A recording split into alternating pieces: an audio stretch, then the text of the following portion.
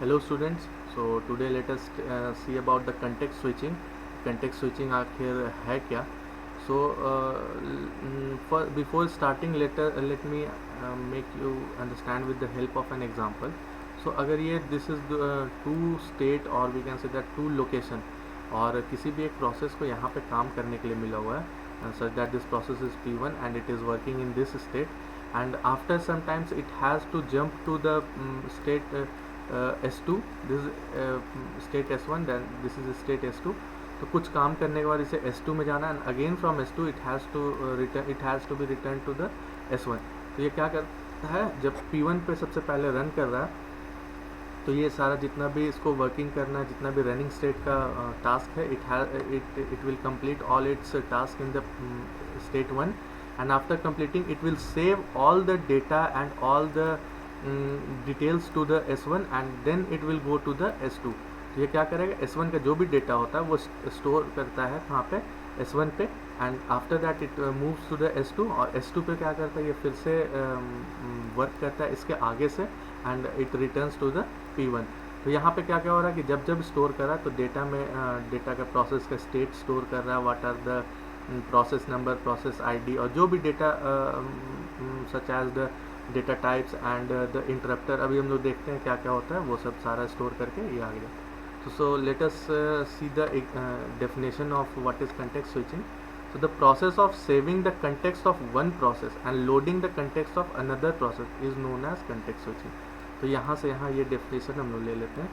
तो ये क्या है ये state है अगर मान लीजिए and if P1 is going from state 1 मतलब state 1 के बाहर निकल रहा है तो क्या होता है कि P1 का जो भी डिटेल्स होता है वो स्टोर कर लिया जाता है और कहीं से P2 भी तो आएगा तो इस P2 का जो डेटा होता है वो अब इस पर लोड कर दिया जाता है। तो P1 का डेटा स्टोर करके P2 का डेटा लोड किया जाता है। सो इस प्रोसेस को बोलते हैं context switching. So in simple terms it is like loading and unloading the process from running state to ready state.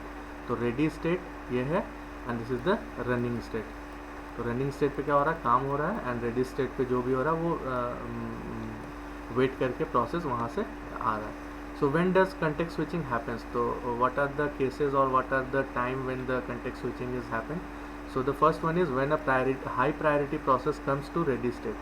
तो whenever a high priority job comes to the CPU तो क्या होता है कि जो low priority job होता है it automatically gets removed from the CPU and the high priority job is being assigned to that CPU. So the second one is an interrupt control an interrupt occurs.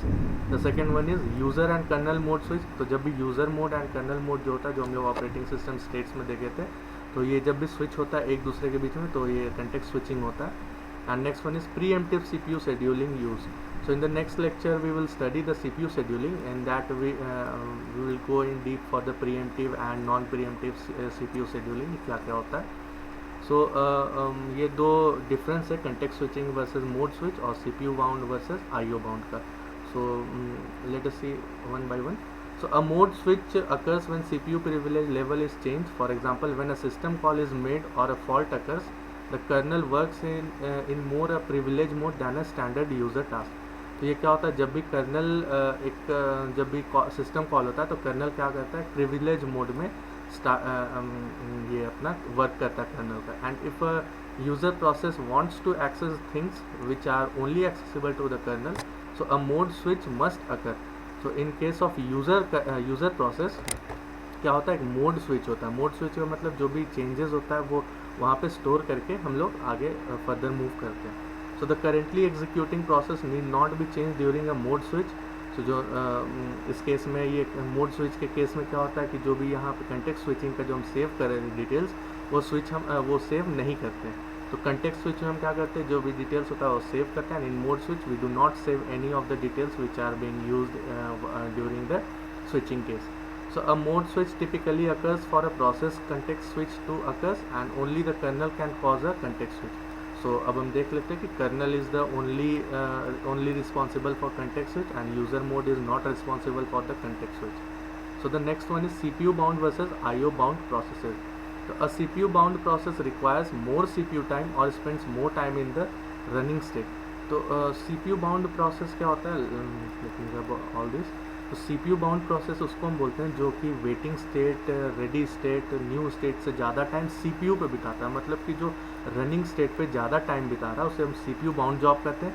और IO bound job बोलते हैं जो input output पे ज़्यादा time बिताता है। तो जैसे IO बाउंड का कौन कौन सा स्टेट हो गया, we can say that the ready state और start state and the terminated state, ये सब IO हो गया IO बाउंड जॉब्स। तो IO बाउंड जॉब और प्रोसेस क्या होता है जिसमें IO में इनपुट आउटपुट में ज़्यादा टाइम स्पेंड कर रहा है, and the CPU bound job is that in which the CPU the task or the process is being kept in the CPU for more time। तो यहाँ पे क्या होता है, CPU bound process requires more CPU time और spend more time in the running state. तो ये CPU में रनिंग स्टेट पे ज़्यादा टाइम स्पेंड करता है, and an IO bound process requires more input output time and less CPU time. So an IO bound process spends more time in the waiting state.